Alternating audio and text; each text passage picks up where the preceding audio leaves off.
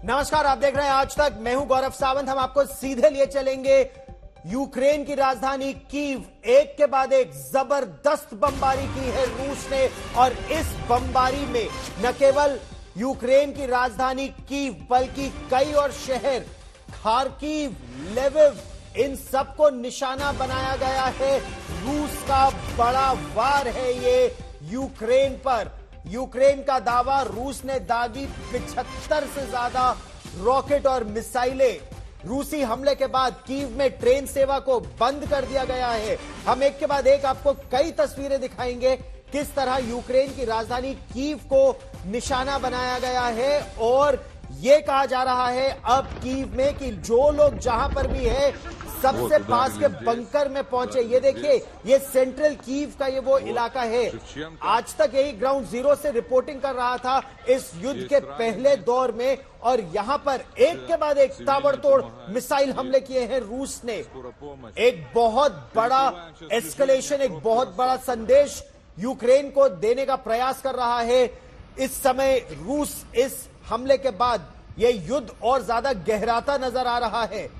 ऊर्जा और सड़क इंफ्रास्ट्रक्चर के दो बड़े प्रोजेक्ट्स पर शहर के बाद शहर अब यह बमबारी रूस तेज कर रहा है। ताबड़तोड़ रॉकेट और मिसाइल से फायरिंग कर रहा है। चाहे राजधानी कीव की बात हो, खार्किव की बात हो, लेविव की बात हो, ज़ेपोरिज़िया हो। आप तस्वीरों में देख सकते हैं कैसे एक के बाद एक जब सवेरे सवेरे बमबारी शुरू हुई तो रूस ने अपनी तस्वीर, अपना रुख साफ कर दिया। एक बहुत महत्वपूर्ण बैठक रूस में हो भी रही है। दो तस्वीरें समय हम आपको दिखा रहे हैं। राजधानी कीव में बमबारी, कीव पर जो मिसाइल अटैक हुआ है। ज़ेपोरिज़िया में 14 लोगों की मौत की पुष्टि हो गई है। कीव में 8 लोगों के गंभीर रूप से घायल, 5 लोगों की मौत। कीव में भी अब 8 लोगों की मौत की पुष्टि इस मिसाइल अटैक में कर दी गई है। स्कूल, कॉलेज, सरकारी दफ्तर, सभी से लोगों को बोला है आप अंडरग्राउंड बंकरों में ही रहे। एक के बाद एक लगातार एयर रेड सायरन बज रहे हैं। लंबे समय बाद यूक्रेन की राजधानी कीव को फिर निशाना बनाया गया है। यह हमले कई शहरों पर हुए हैं। यूक्रेन के सरकारी अधिकारियों के मुताबिक कम से कम 14 लोगों की मौत हुई है ज़ेपोरिज़िया में। आपको याद है कि ज़ेपोरिज़िया में सबसे बड़ा इस समय परमाणु संयंत्र है। ऊर्जा के लिए की दृष्टि से वहां पर इंफ्रास्ट्रक्चर को, बिजली से जुड़े इंफ्रास्ट्रक्चर को निशाना बनाया जा रहा है। क्यों? क्योंकि अब सर्दी आ रही है। तेजी से इस इलाके में सर्दी अब फैलेगी। नवंबर दिसंबर में 0 से 20-25 डिग्री कम हो जाएगा तापमान। और ऐसे में जब लोगों के घर में बिजली नहीं होगी तो क्या युद्ध लड़ने का हौसला वो लोग दिखा पाएंगे? सवेरे 8:45 बजे ये हमले शुरू हुए। रूस ने रॉकेट और मिसाइलों से कीव के कई ठिकानों को निशाना बनाया। इन तस्वीरों में आप देख सकते हैं कई जगह कारों में आग लग गई। यूक्रेन के राष्ट्रपति ज़ेलेंस्की ने आज की सुबह मुश्किल भरी बताई। उन्होंने कहा कि दुश्मन हमें पूरी तरह से तबाह कर देना चाहता है, नेस्त नाबूद कर देना चाहता है। और इससे पहले रूस ने यूक्रेन को जिम्मेदार ठहराया था। जिस तरह से एक बहुत महत्वपूर्ण ब्रिज जो क्रीमिया को जोड़ता है उस पर एक बड़ा विस्फोट हुआ था। ब्रिज का एक टुकड़ा गिर भी गया था, और उसके बाद से रूस ने कहा था यह यूक्रेन का आतंकवाद है, इसका बदला लिया जाएगा। मेरे साथ मेजर जनरल संजय मेस्टन जुड़ रहे हैं। जनरल मेस्टन, क्या धीरे धीरे ये परमाणु युद्ध की आहट है? क्या आप इसको एक बहुत डेंजरस एस्केलेशन के रूप में देख रहे हैं? आज जो 75 से ज्यादा रॉकेट और मिसाइल रूस ने दागे हैं यूक्रेन की ओर। गौरव, जय हिंद। जहां तक ये लड़ाई का सवाल है, देखिए लड़ाई अभी इस स्टेज पे आ गई है कि ना कोई रुकने वाला है और ना कोई झुकने वाला है। और लड़ाई का कोई फ्यूचर प्रेडिक्शन नहीं कर सकता है कि कैसे ये अंत होगी या नहीं होगी या बढ़ती रहेगी। सवाल उठता है गौरव, मेरे को लगता है ये एस्केलेशन अब शुरू हो गया है। ये जो अटैक हुए, मिसाइल्स अटैक, ये 100% होने थे। क्रीमिया ब्रिज पे जो अटैक हुआ है, और ये रिस्पांस रूस से मतलब एक्सपेक्टेड था। कारण एक तो उन्होंने यूक्रेन में जो सेना का, जो रूसी सेना का कमांडर है, एक जनरल थे, उनको रिमूव करके अभी एक एयरफोर्स के जनरल को लेके आए हैं जिनकी एक्सपर्टीज जनरल सर्गेई शुवकोव को लेकर आए हैं। बहुत जबरदस्त जनरल माने जाते हैं। वो सीरिया में उनके ऑपरेशंस रह चुके हैं, उनके ऑपरेशंस चेचनिया में रह चुके हैं, यहां तक कि 1991 में उन्होंने रूस में ही लोगों पर गोलीबारी करवा दी थी। तो बहुत ही कट्टर जनरल माने जाते हैं कि मतलब वो एरियल बॉम्बिंग के बिल्कुल एक्सपर्ट समझे जाते हैं। एरोस्पेस कमांड के इंचार्ज थे। आप जनरल सर्गेई की बात कर रहे हैं सर? हाँ, तो बिल्कुल। तो ये जनरल सर्गेई का जो इन्होंने चेंज ओवर किया है, उनकी बेसिक एक्सपर्टीज आपने बता दी है, लेकिन एयरफोर्स उनका बैकग्राउंड देखते हुए स्ट्रेटेजिक बॉम्बिंग के वो एक्सपर्ट हैं। और अगर वो एक्सपर्ट हैं तो ये कोई शक नहीं था कि मिसाइल अटैक्स होने थे। और आपको अभी पता है, 2-3 दिन पहले मीडिया में रिपोर्ट्स भी आ रही थी कि जो प्रेसिडेंट पुतिन के क्लोज पीपल इन पावर थे वो बोल रहे थे कि डिफेंस मिनिस्टर को चेंज किया जाए और कुछ जनरल्स को सैक किया जाए। तो होम प्रेशर भी उनके ऊपर आ रहा था, तो उनको तुरंत एक रिजल्ट दिखाना था, इफेक्टिव रिजल्ट वो उन्होंने दिखाया है। लेकिन अब इससे क्या लड़ाई का आगे क्या होगा? देखिए, मेरे को लगता है कि एक और रिपोर्ट आई है कि रूस और बेलारूस के बीच में शायद एक जॉइंट फ्रंट खोलने की चेष्टा है। और मेरे को लगता है नॉर्थ वेस्ट और वेस्ट से एक ऑपरेशन अगर हो जाता है तो इसका भी एक लड़ाई में बहुत प्रभाव पड़ेगा। तो पहले हम लेते हैं मिसाइल अटैक। मिसाइल अटैक से देखिए उनका बेसिक मकसद है एक मैसेज कन्वे करना होम अपने लोगों को जी। दूसरा ये था कि इनका मनोबल तोड़ना। पर मेरे को लगता नहीं है यूक्रेन का मनोबल टूटेगा। लेकिन क्या ये केवल मनोबल तोड़ने की बात है या अब उनको घुटनों पर लाने की रणनीति है? यूक्रेन क्या बिना ऊर्जा के -25 -30 में क्या यूक्रेन युद्ध लड़ने की स्थिति में होगा? 2 महीनों में इतनी कड़ाके की सर्दी पड़ेगी और ऊर्जा के संयंत्रों पर लगातार निशाना उनको बनाया जा रहा है सर। गौरव, बिल्कुल ठीक आपने बोला है। देखिए, एक तो वो मुद्दा था ही, दूसरा ये भी है कि इनकी एनर्जी रिसोर्सेज को टारगेट करो। जिससे देखिए, जहां तक इलेक्ट्रिसिटी का सवाल है, जो सोल्जर्स ऑन ग्राउंड हैं, चाहे रूसी सोल्जर्स हैं चाहे यूक्रेनी सोल्जर्स हैं, उनको ये बिजली से कोई फर्क नहीं पड़ता है, क्योंकि उन्होंने लड़ाई विंटर्स में लड़नी है। फर्क पड़ता है आमूमन तौर पे सिविलियन पॉपुलेशन को। लेकिन सिविल पॉपुलेशन के ऊपर भी जब से ये लड़ाई शुरू हुई है, इतनी कठिन परिस्थिति आई है, तो वो भी इस विंटर को टॉलरेट करके उनको झेलना पड़ेगा। क्योंकि यूक्रेन के लिए सवाल उठता है, पूरी यूक्रेन की जनता के लिए, उनके लिए डू और डाई है। उनके लिए या तो यूक्रेन को रख लें या यूक्रेन को खत्म कर दें और पूरा वो यूक्रेन की टेरिटरी रूस के हाथों आ जाए। तो कोई भी यूक्रेनी नागरिक, आप खुद वहां पर थे, मेरे ख्याल वो इसको एक्सेप्ट नहीं करेगा। यूक्रेनी लोगों का भी इससे आक्रोश बढ़ेगा, लड़ाई बढ़ती रहेगी। और अगर ये वेस्टर्न फ्रंट खुलता है बेलारूस और रशियन जॉइंट फोर्सेस के द्वारा, तो हो सकता है कि लड़ाई में थोड़ा फर्क पड़ेगा।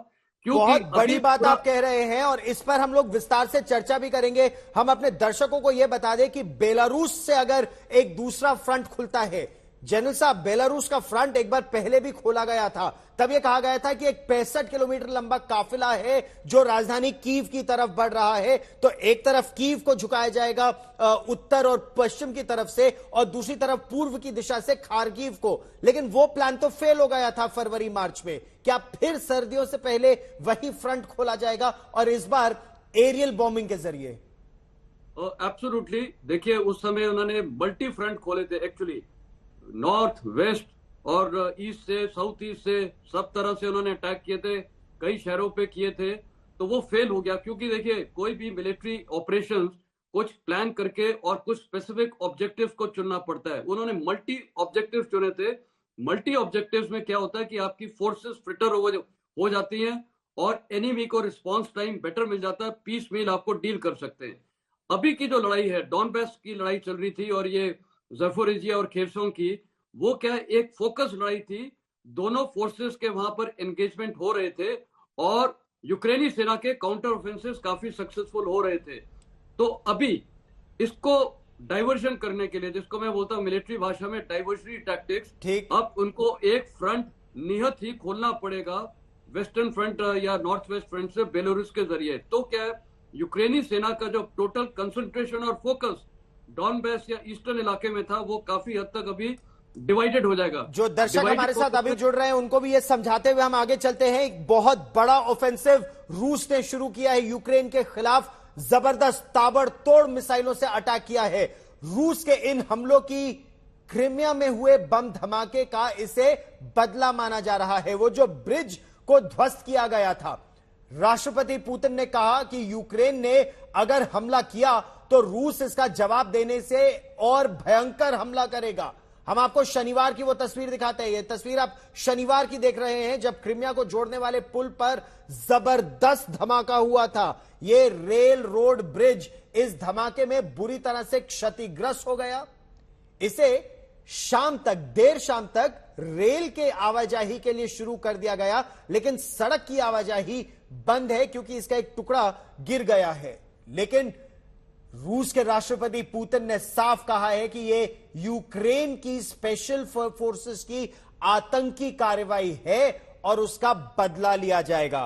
तो ये जो मिसाइल अटैक हुआ है और अब जो ये एस्केलेशन हो रहा है जनरल मेस्टन, क्या इसे केवल बदले की कार्रवाई कहा जाएगा या फिर ये एस्केलेशन है इस युद्ध को एक और लेवल पर ले जाने के लिए कि अब रोड्स पर भी अटैक हो रहा है, इंफ्रास्ट्रक्चर पर भी हो रहा है। अगर रेल लाइन पर भी हमला शुरू हो गया तो यूक्रेन पूरी तरह से कट जाएगा और जो काउंटर ऑफेंसिव है वो नहीं माउंट कर पाएगा।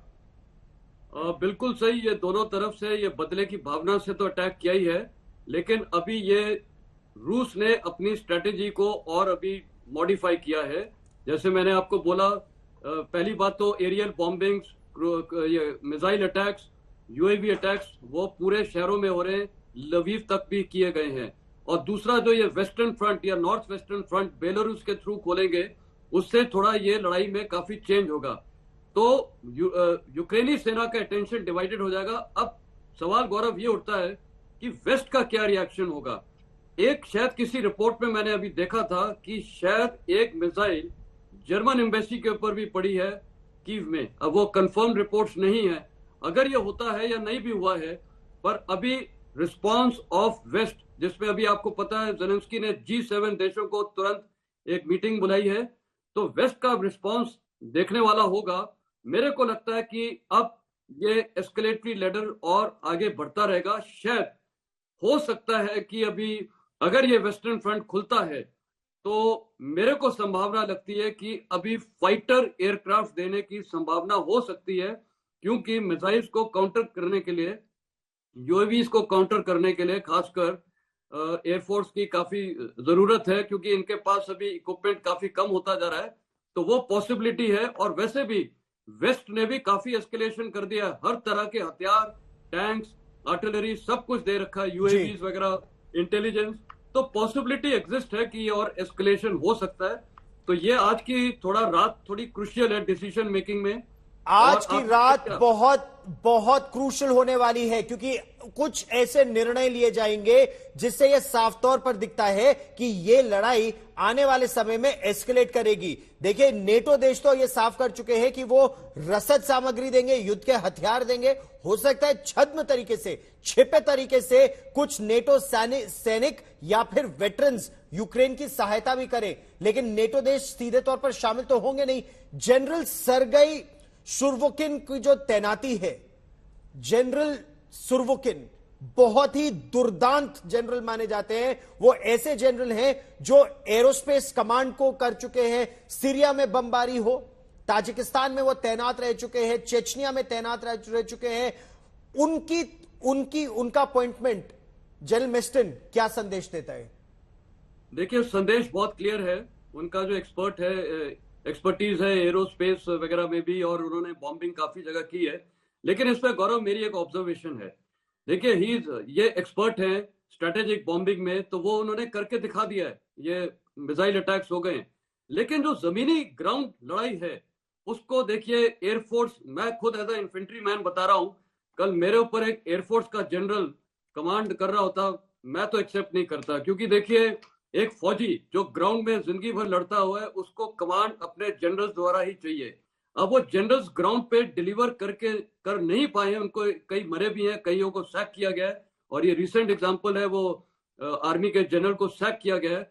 लेकिन एयरफोर्स के जनरल स्ट्रेटेजिक बॉम्बिंग करवा सकते हैं, लेकिन ग्राउंड की लड़ाई जो है उस पर असर नहीं डलवा सकते। ये मेरा बिल्कुल क्लियर कट सोच विचार ये है, क्योंकि उनका ट्रुप कनेक्टिविटी और जो ग्राउंड में लॉजिस्टिक्स है, ग्राउंड में सोल्जर्स को फाइट करना, उनको ऑब्जेक्टिव्स देना, मेरे को नहीं लगता है जो उन्होंने सीरिया में किया नहीं, है। लेकिन 8 महीने हो गए। ये 24 फरवरी को ये बमबारी शुरू हुई थी।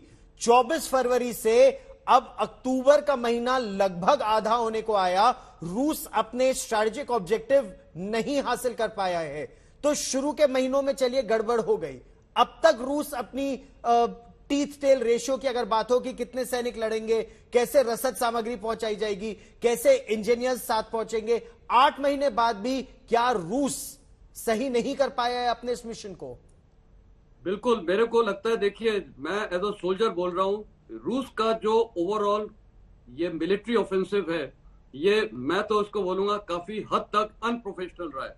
मैं इसका कंपैरिजन 1971 में इंडिया पाकिस्तान वॉर जो हमने बांग्लादेश को लिबरेट कराया था, 16 डेज की लड़ाई में हमने 1,50,000 स्क्वायर किलोमीटर टेरिटरी कैप्चर की थी 16 दिन में।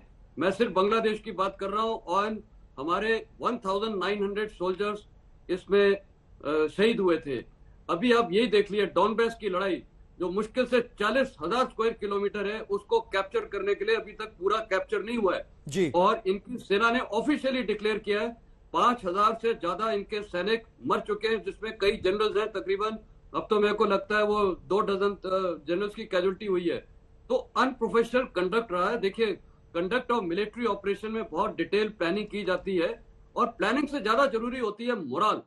मेरे को लगता है रूसी सेना का मोरल, क्योंकि ये पर्पस ऑफ जो लड़ाई थी, ठीक, ये मैं पहले भी बताता था, एक विल, एक इच्छा, ये लड़ाई हो क्यों रही है कि सिर्फ वो नाटो ज्वाइन करने, मेरे को लगता है इतना मोटिवेशनल नहीं होता। और अच्छा, लेकिन इस बीच हम अपने दर्शकों को यह भी बता दें, जनरल वेस्टन रहिए मेरे साथ, हम अपने दर्शकों को यह भी बता दें कि रूस के अंदर भी अब यह मांग उठने लगी है कि कड़ी कार्रवाई की जाए ऐसी परिस्थिति में जब रूस के एक बहुत महत्वपूर्ण ब्रिज को शनिवार को ध्वस्त कर दिया गया था। तो रूस ने ताबड़तोड़ बमबारी की है यूक्रेन के कई शहरों में, और इस बमबारी के पीछे माना यह जा रहा है रूस के एक नए कमांडर की भूमिका है, general Sergei Surovikin. General Sergei Surovikin बहुत करीबी समझे जाते हैं रूस के राष्ट्रपति व्लादिमीर पुतिन के, और ये बहुत कड़े निर्णय लेते हैं। सीरिया पर भारी बमबारी के पीछे भी इन्हीं का हाथ कहा जाता है। यह भी कहा जाता है कि ये एक बहुत बड़े एरोस्पेस कमांडर रह चुके हैं जनरल सर्गेई। ये जो तस्वीर आप इस समय अपने टेलीविजन स्क्रीन पर देख रहे हैं, स्ट्रैटेजिक बॉम्बिंग वाइटल एसेट्स और वाइटल पॉइंट्स की हुई है इस समय, न केवल कीव में बल्कि कई शहरों में। एक बहुत बड़ा एस्केलेशन इसे समझा जा रहा है।